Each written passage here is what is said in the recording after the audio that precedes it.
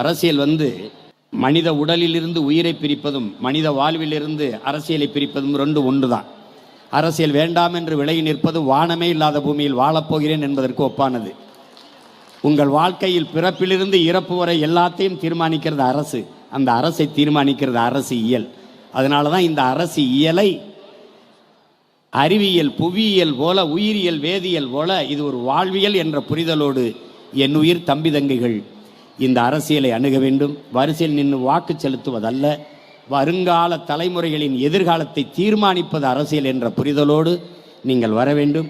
இங்கே விரும்பியவர்கள் எல்லாம், இங்கே பேசியவர்கள் எல்லாம் விரும்பியது போல எதிர்கால தமிழகத்திற்கு மிகச்சரியான ஒரு தலைமையும் ஆகச்சிறந்த ஆட்சியும் இந்த நிலத்தில் உருவாகும். அதை நீங்கள் நம்பிக்கையோடு இருங்கள். இது ஒன்றும் கடைசி தேர்தல் அல்ல, இதோட முடிந்து போவதும் அல்ல. நம்பிக்கை கொண்டவர்கள், நல்லவர்கள், நாட்டையும் மக்களையும் பேரன்பு கொண்டு நேசிக்கிற பெருமக்கள், பெரும் தலைவர்கள் எல்லாம் இங்கே இருந்திருக்கிறார்கள். இப்போ நாங்களெல்லாம் வெல்லலை, தேர்தலில் தான் தோற்றிருக்கிறோம். ஆனால் கொள்கை கோட்பாட்டில் எங்களை விட உறுதியானவர்கள், வெற்றி கொண்டவர்கள் இந்த நிலத்தில் எவனும் இல்லை. இன்னைக்கு இல்லை நாளைக்கு வெல்லுவோம், நாளைக்கு இல்லை நாளை மறுநாள் வெல்லுவோம். ஆனால் என்றாவது ஒரு நாள் உறுதியாக நாங்கள் வெற்றியடைவோம். ஏனென்றால் சரியானது வென்றே தீரும் என்கிறான் சேகுவேரா. சரியானதின் பக்கம் நிற்கிற உங்கள் பிள்ளைகள் நாங்கள் வென்றே தீருவோம்.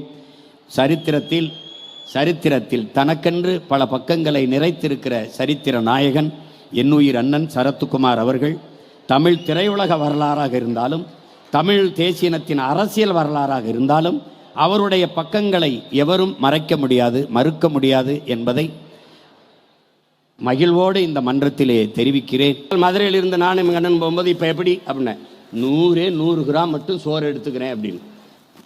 100 கிராம் தான், இவ்வளவு தான் சோறு, அரிசி சோறு. அவர் நினைச்சா பிரியாணியை சாப்பிட முடியாதா? ஏன்?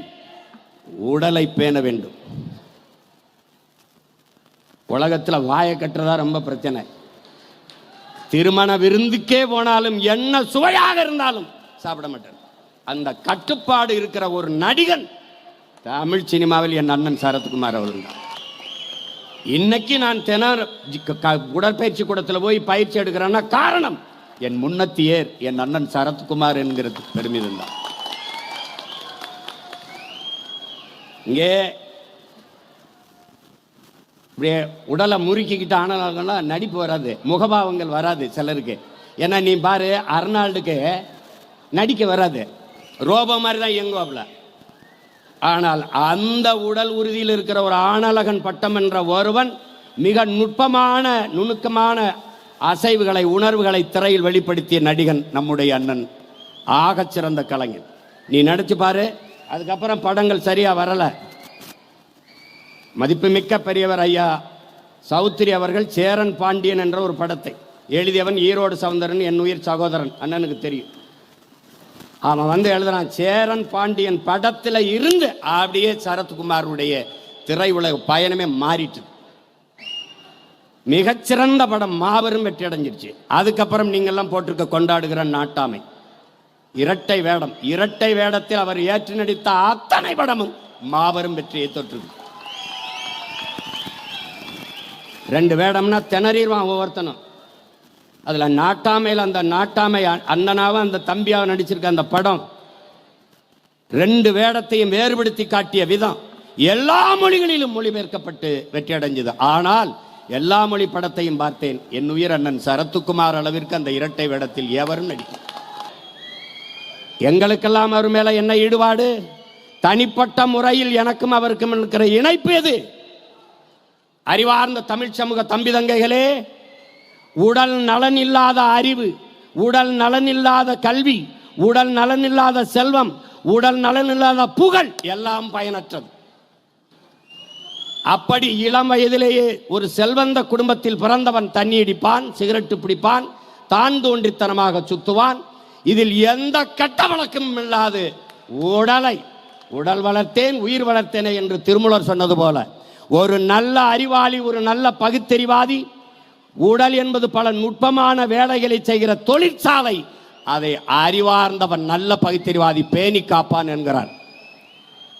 அதற்கேற்ப தன் உடலை பேணி காத்து இந்த வயதில் 72 வயதிலே என் அன்பு தம்பி தங்கைகளே, என் அருமை சொந்தங்களே, உலகத்திலே ரஷ்ய அதிபன் புதின் அவன் மட்டும்தான் இன்றைக்கும் கராத்தே பயிற்சி, குதிரை பயிற்சி, நீச்சல் எல்லாம் செய்து அதே இளமையோடு அதற்கப்புறம் இந்திய திருநாட்டிலே என் உயர் அண்ணன் சரத்குமார் மட்டும்தான். தன் தம்பியிடத்தில் பேசுகிற போது உங்களிடத்தில் சொல்வதற்கென்ன, விண்ணூர்தி நிலையத்தில் பயணங்களில் தான் நாங்கள் அடிக்கடி சந்தித்துக் கொள்வோம். மதுரை விண்ணூர்தி நிலையத்தில் நான் எங்கள் அண்ணனிடத்தில் கேலியாக பேசிக்கொள்வோம். அப்போது அவர் இந்த பொன்னியின் செல்வன்ல அவருக்கு பழுவட்டராயர் நம்ம தாத்தனுக்கு வந்து நம்ம பாட்டனுக்கு ஜோடியாக ஐஸ்வர்யா ராயை போட்டு விட்டார் ஐயா மணிரத்னம்.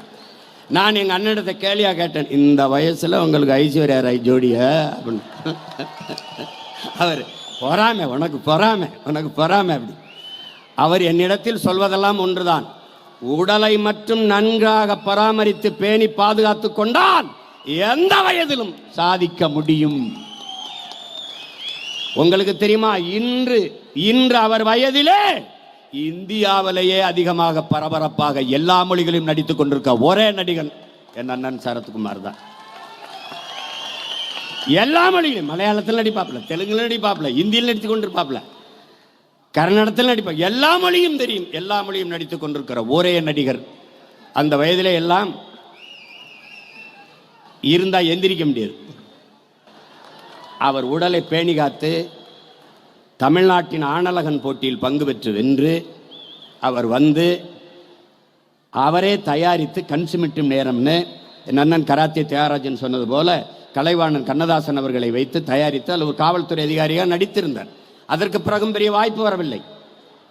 பிறகு தேடி தேடி தேடி தேடி புலன் விசாரணையில் வில்லனாக வந்தார். பிறகு கேப்டன் பிரபாகரனில் ஒரு வனத்துறை அதிகாரியாக வந்தார். அவரும் புரட்சி கலைஞர் விஜயகாந்தும் நம் சுப்ரீம் ஸ்டாரும் இறுதிக்கட்ட காட்சியில் புலன் விசாரணையில் போடுகிற அந்த தனி சண்டை தான் சரத்குமாரை யார் என்று கேட்க வைத்தது. இன்னைக்கும் ஒரு கதாநாயகன் வெறுமேலோடு நின்று சண்டை போடுகிற அழகை பெற்றிருக்கிறான் என்றால் அது நம்முடைய அண்ணன் சரத்குமார் அவர்கள் தான். 72 வயதில் இந்த இளமை, இன்னும் 72 வயதானாலும் அந்த வயதுக்குள்ள இளமையோடு இருப்பார். நாங்கள் சந்திக்கும் போதே இதுவரை அவர் அரிசி சோறு நெல்லுச்சோறு சாப்பிட்டது கிடையாது. அவர் வந்து ஃபைபர், காய்கறி, பழங்கள், புரோட்டீன் இந்த மாதிரி உணவு தான் எடுத்து, அவருக்கு தெரியாதா, அவருக்கு இருக்கிற வசதிக்கு என்ன வேணாலும் சாப்பிடலாம். சாப்பிட மாட்டார், நடிக்கிறார், மது அருந்த மாட்டார், புகைக்க மாட்டார். இதிலிருந்து நீங்கள் தெரிந்து கொள்ள வேண்டும், சரத்குமார் ஒரு சாதிக்கானவன் அல்ல, சாதிக்க துடிக்கிற ஒவ்வொருவனுக்குமான சான்று, அவன் சாட்சி, அவன் முன்மாதிரி என்பதை என்னிலும் இளைய தம்பி தங்கைகள் கவனத்தில் கொள்ள வேண்டும். அப்படி ஒரு குறுகிய சாதி சிமிழுக்கள் அடைக்காதே, அடைக்காதே. பெருந்தலைவன் என் சாதிக்காரன் மட்டும் படிக்க வேண்டும் என்று பள்ளிக்கூடம் திறக்கவில்லை.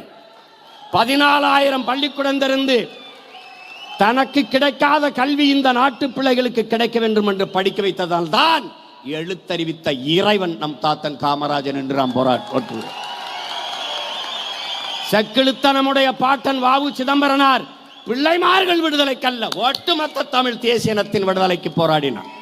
அதை புரிந்து கொண்டு நீங்கள் இந்த மண்ணையும் மக்களையும் நேசிக்க பழக வேண்டும்.